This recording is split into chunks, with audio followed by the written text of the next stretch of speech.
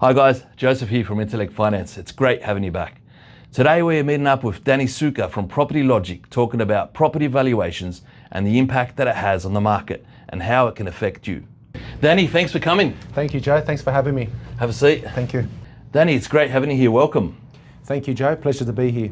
Tell us a bit about yourself. Well, as you know, registered valuer, 25 years. I started my career at one of Australia's largest independent firms for about 11 years, and then from that ventured into my own world, my own business, and been running my own show since 2011. So 25 years. What kind of valuations do you do? I specialise in development valuations and residential, and the firm undertakes valuations in the commercial sector, industrial and specialised valuations. Tell us a bit about the process involved in valuing a property. Okay, well, if we take the the basic valuation, and be it residential, and we can go into commercial a bit later on, but the residential valuation process is it's based on predominantly your comparable sales, your report writing, and looking out for risks and factors like that with respect to a particular property, but where the property sits within the market, and the segment of the market, and the market conditions at the time of writing the report. What's your opinion on the market now? Well, it really depends on area. It's geographic specific. Okay. There are some parts of Sydney that are really firing, and some parts that are sluggish and not doing so well. Can you give us some examples of some fiery suburbs? Oh, well, I mean, just generally speaking, the eastern suburbs of Sydney is a remarkable, resilient market. Other parts of Sydney, they're extended marketing and selling periods, taking longer to sell, and that can affect value, because the longer the property's on the market, it becomes stale, and expectations on price have to adjust accordingly. What about Western Sydney? What do you think about Western Sydney? Well, I mean, if we take a focus area for the Aerotropolis and surrounding development there, surrounding suburbs there, there is a lot of subdivisions happening, and people are buying plots of land to build their dream homes. So that's still active. The prices of land have gone up heaps. Yeah, if you look at, say, I'll take an example, vacant land, serviced vacant land in a suburb, say, called Austral, and those areas, you're etching over $2,000 a square metre on vacant land. So, wow, yeah. A couple of years ago, it wasn't that high, and now it's probably etching over that. So, yeah. I just want to. I had some issues where, say, in a strong market, where say the valuation actually comes in higher than the contract price in a strong market, but I have had the opposite in a weak market where the valuations have come in under the contract price. Is there anything that people can do to say have a good valuation rather than to their property? Say they're refinancing. Is there anything they can do to the property to, say, give it a higher value to increase the equity in their property, or Well, Joe, that really depends on the sales within the market. Okay, so it's mainly sales. So it doesn't really matter if someone, landscapes their property. I had a client landscaping his property. He wanted to fix it up, landscape it before the bank value the property. Oh, certainly that will always help. That goes to the presentation of the property. So if a property is in better presentation than a comparable sale, then you would expect that the market value of that property would be high, or at least one of the factors when assessing the property's value is presentation. And if it's if the subject property is better presented than your comparable sale, then that should relate to a higher value. Okay. Can we go to commercial property? But is commercial properties treated? You guys treat it a lot differently than residential, right? Yeah, that's right. So you look at the square meters, or how do you? Well, fundamentally, you still have to look at comparable sales. Your sales are determining what the value of the commercial property is. Now let's take an example of a tenanted commercial property. The valuer needs to establish the market rent on the property. So if, for example, a property was leased and for a 5-year term, recently leased, and you're valuing that property, you need to obviously assess what the lease says, what the rent is as per the lease. The amount of rent does affect the valuation on the property. Well, of course it does, because you need to work out what is the market rent of that property. Yeah. So if there's a lease in place and if the rental of that property is within the market, or in other words, it falls within the market range, then you know that you're on the right track. The rent of that property sits within the market. And what if it's vacant? What if the property's been sold vacant, no tenant? Well, then you still, so you still need to assess. There's two methods to a commercial valuation. One being a direct comparison method on a vacant possession basis, and the other is assessing what the potential market rent would be for that property, and then allowing your adjustments for letting up, agents' fees, or any capex required. That is capital expenditure. Okay. So, in some instances, a market may be stronger when the property is vacant. In other words, someone might pay a higher price for a property if it was vacant compared to if it was leased. So that's more of an owner-occupier market. Yeah. So if you've got a small industrial factory or things like that, your target market or the market demand is predominantly for smaller owner-occupiers. They want to put their business there. Yeah. Compared to a leased property, then they may not want to buy that property because vacant possession may only be available in 2 or 3 years' time, 5 years' time. So in some areas, your owner-occupier market will drive the value. For example, on the flip side of that, if it's an institutional market, where they want the yield, they want the rent. Yeah. So they're chasing rent for return. So is it more beneficial to have a vacant commercial property rather than a property that's leased out? Well, Joe, that really depends on the market itself. If you're looking from an investment, if you're an investor looking to buy a commercial asset, then you probably want a tenanted property, tenanted investment. And that goes to the financing part of it as well, because the financier wants you to have a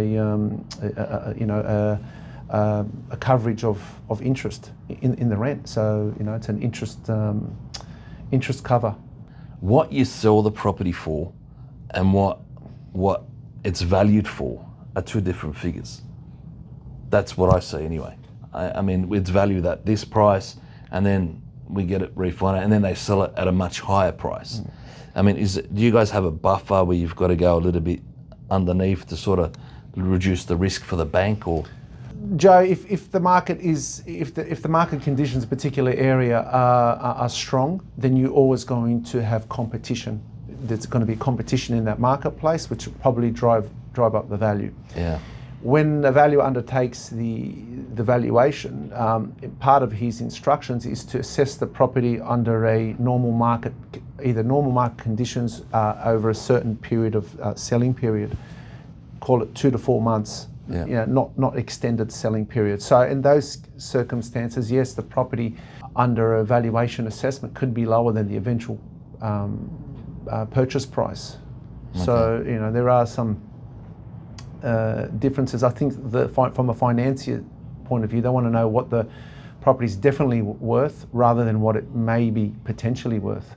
Yeah, because we do see the contract price and the valuation in a strong market tend to come in at the same price. In a weak market, I have seen valuations come in lower. What's your take on that? Well, it depends on the available sales that you've got. For example, something came across my desk the other day where there was a development in Western Sydney which was pre-sold over the last 2 to 3 years. It was a project that was far and beyond the quality of your average stock in that area.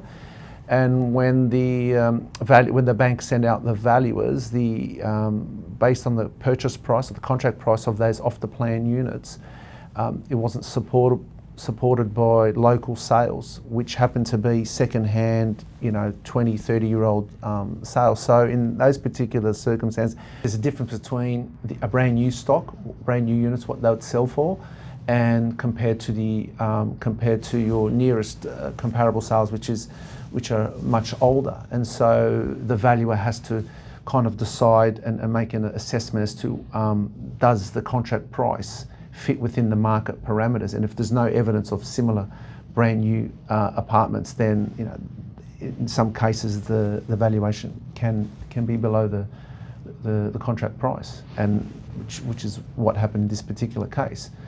There are other circumstances where there's not enough evidence to support a purchase price, and hence why the valuer has decided to, I suppose, be as you say, conservative and adopt a lower value, purely because there's a lack of sales evidence. Oh, that makes sense. What are you seeing in the construction market?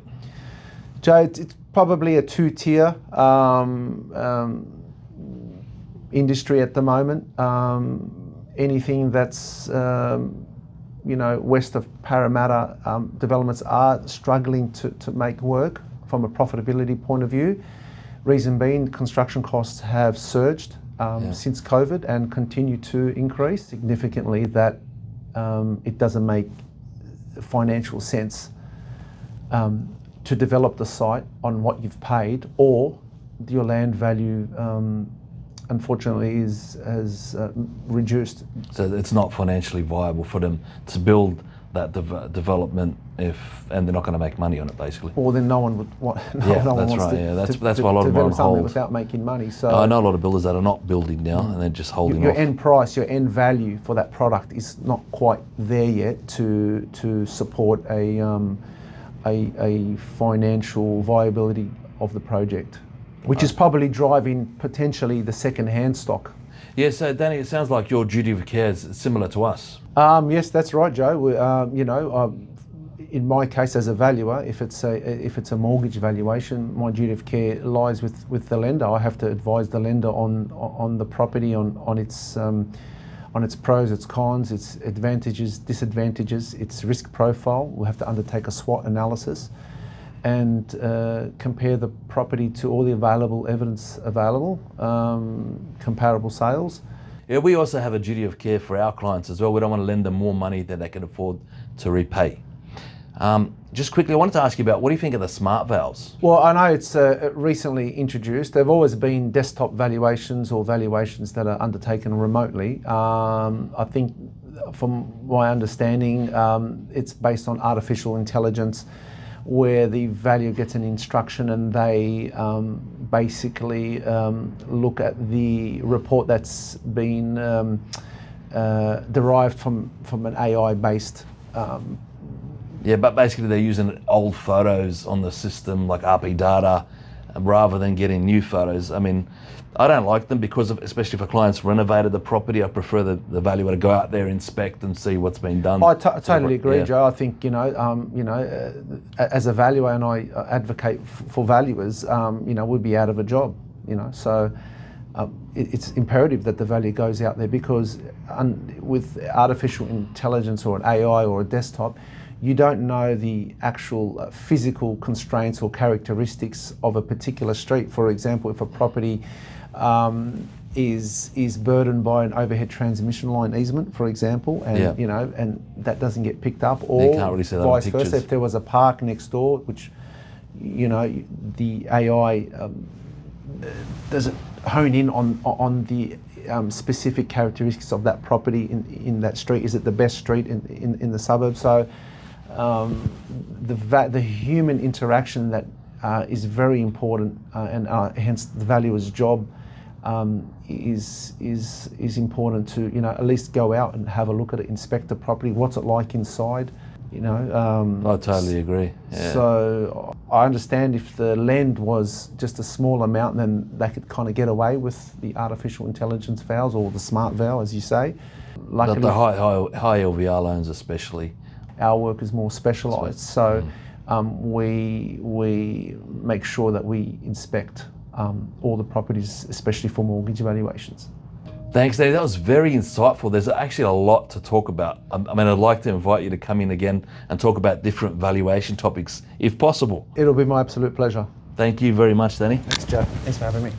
Wow, that shed a different light on the subject of valuations and highlights to me the necessity of an experienced valuer that takes the time and effort to research the market diligently and to get the most accurate valuation possible. So if you like, I'll leave a link below for Property Logic if you would like to contact Danny. Plus, I'll put a link for our experienced team at Intellect Finance that can look after your financial needs. Bye, guys. Yeah, we have a... I saw you laughing, Danny. Let's go.